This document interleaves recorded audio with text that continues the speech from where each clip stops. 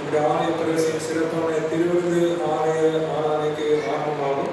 கடவுளை துதிக்கும் வண்ணமாக நாம் யாவரும் எழுந்து நின்று கிறிஸ்துவை பாமாலையில் 172வது பாமாலையை பாடுவோம். பாமாலையில் 172 சபையின் அஸ்திபாரம் நம் மீட்பர் கிறிஸ்துவே, சபையின் ஜென்மாதாரம் அவரின் வார்த்தையே.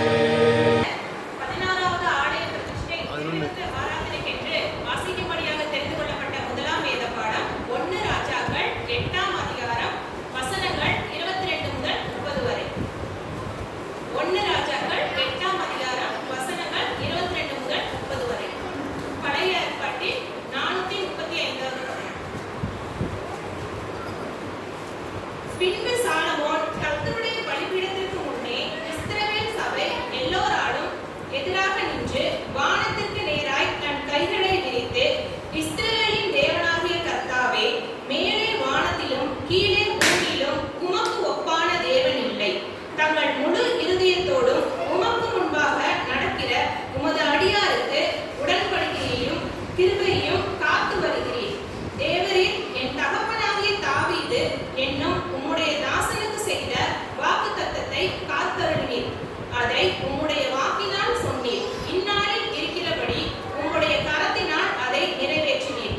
இஸ்ரவேலின் தேவனாகிய கர்த்தாவே, தேவரீர் என் தகப்பனாகிய தாவீது என்னும் உம்முடைய தாசனை நோக்கி, நீ எனக்கு முன்பாக நடந்தது போல உன் குமாரனும் எனக்கு முன்பாக நடக்கும்படி தங்கள் வழியை காப்பார்களேயானால் இஸ்ரவேலின் சிங்காசனத்தின் மேல் வீற்றிருக்கும் புருஷன் எனக்கு முன்பாக உனக்கு இல்லாமல் போவதில்லை என்று சொன்னதை இப்போது அவனுக்கு நிறைவேற்றும்.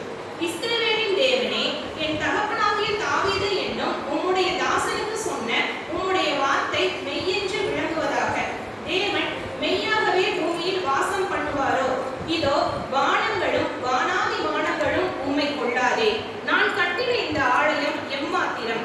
என் தேவனாகிய கர்த்தாவே, உமது அடியே நின்று உமது சந்நிதியில் செய்கிற விண்ணப்பத்தையும் மன்றாட்டையும் கேட்டு உமது அடியனுடைய விண்ணப்பத்தையும் வேண்டுதலையும் திருவுளத்தில் கொண்டருளும். உமது அடியேன் இவ்விடத்திலே செய்யும் விண்ணப்பத்தை கேட்கும்படி என்னுடைய நாமம் விளங்கும் என்று நீ சொன்ன ஸ்தலமாகிய இந்த ஆலயத்தின் மேல் உம்முடைய கண்கள் இரவும் பகலும் திறந்திருப்பதாக. உமது அடியானும் இந்த ஸ்தலத்திலே விண்ணப்பம் செய்ய போகிற உமது ஜனமாகிய இஸ்ரவேலும் பண்ணும் ஜெபத்தை கேட்டருளும். பரலோகமாகிய உம்முடைய வாசஸ்தலத்திலே அதை நீர் கேட்பீராக, கேட்டு மன்னிப்பீராக என்பதை வாசிக்கும்படியாக தெரிந்து கொள்ளப்பட்ட முதலாம் இடம் வாசித்தாயிற்று. தேவனுக்கே மகிமை. தெரிந்து கொள்ளப்பட்ட இரண்டாம் வேத பாடம் 1 கொரிந்தியர் 3ஆம் அதிகாரம் 9ஆம் வசனம் முதல் 17ஆம் வசனம் முடிய. 1 கொரிந்தியர் 3ஆம் அதிகாரம் 9ஆம் வசனம். நாங்கள் தேவனுக்கு உடன் வேலையாட்களாய் இருக்கிறோம். நீங்கள் தேவனுடைய பண்ணையும் தேவனுடைய மாளிகையுமாய் இருக்கிறீர்கள். எனக்கு அளிக்கப்பட்ட தேவ கிருபையின் படியே புத்தியுள்ள சிற்பாசாரியை போல அஸ்திபாரம் போட்டேன். வேறொருவன் அதன் மேல் கட்டுகிறான். அவனவன் தான் அதன் மேல் என்ன விதமாய் கட்டுகிறான் என்று பார்க்க கடவன். போடப்பட்டிருக்கிற அஸ்திபாரமாகிய இயேசு கிறிஸ்துவை அல்லாமல் வேறே அஸ்திபாரத்தை போட ஒருவனாலும் கூடாது. ஒருவன் அந்த அஸ்திபாரத்தின் மேல் பொன் வெள்ளி விலையேறப்பெற்ற கல் மரம் புல் வைக்கோல் ஆகிய இவைகளை கட்டினால் அவனவனுடைய வேலைப்பாடு வெளியாகும். நாளானது அதை விளங்க பண்ணும். ஏனெனில் அது அக்கினியினாலே வெளிப்படுத்தப்படும். அவனவனுடைய வேலைப்பாடு எத்தன்மை உள்ளதென்று அக்கினியானது பரிசோதிக்கும். அதன் மேல் ஒருவன் கட்டினது நிலைத்தால் அவன் கூலியை பெறுவான். ஒருவன் கட்டினது வெந்து போனால் அவன் நஷ்டமடைவான். அவனோ ரட்சிக்கப்படுவான். அதுவும் அக்கினியில் அகற்று தப்பினது போல் இருக்கும். நீங்கள் தேவனுடைய ஆலயமாய் இருக்கிறீர்கள் என்றும் தேவனுடைய ஆவி உங்களில் வாசமாய் இருக்கிறார் என்றும் அறியாதிருக்கிறீர்களா? ஒருவன் தேவனுடைய ஆலயத்தை கெடுத்தால் அவனை தேவன் கெடுப்பார். தேவனுடைய ஆலயம் பரிசுத்தமாய் இருக்கிறது, நீங்களே அந்த ஆலயம் என்பதை வாசிக்கும்படியாக தெரிந்து கொள்ளப்பட்ட இரண்டாம் வேத பாடம் வாசித்தாயிற்று. தேவனே உனக்கே மகிமை உண்டாவதாக. 22 முதல் 30 வரை.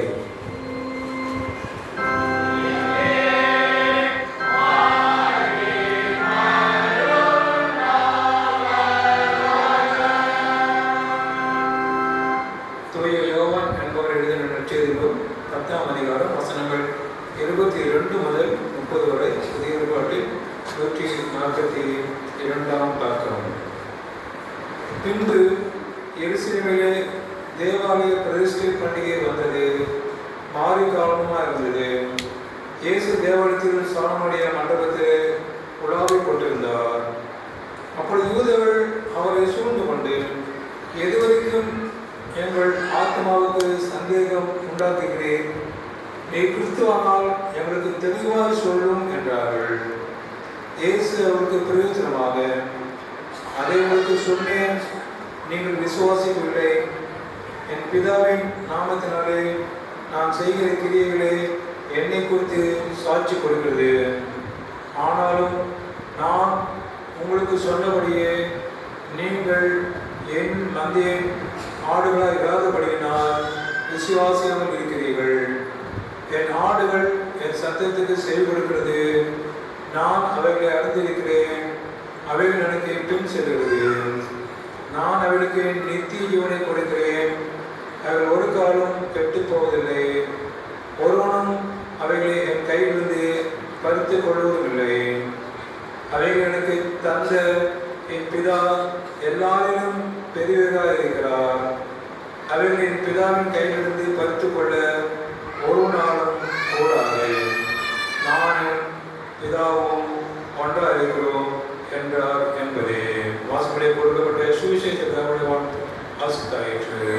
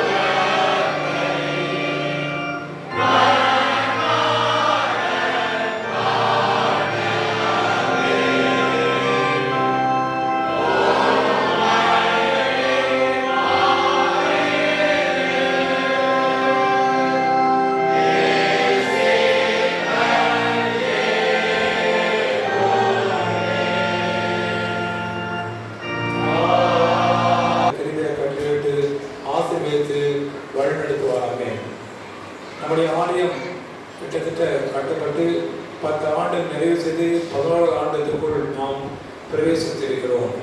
ஆலய பிரவேசின் சிறப்பான திருவிருந்து ஆலயம் என்று நம்முடைய நோட்டீஸிலே திருநாளுக்காக நன்றி செலுத்த மாட்டேன்.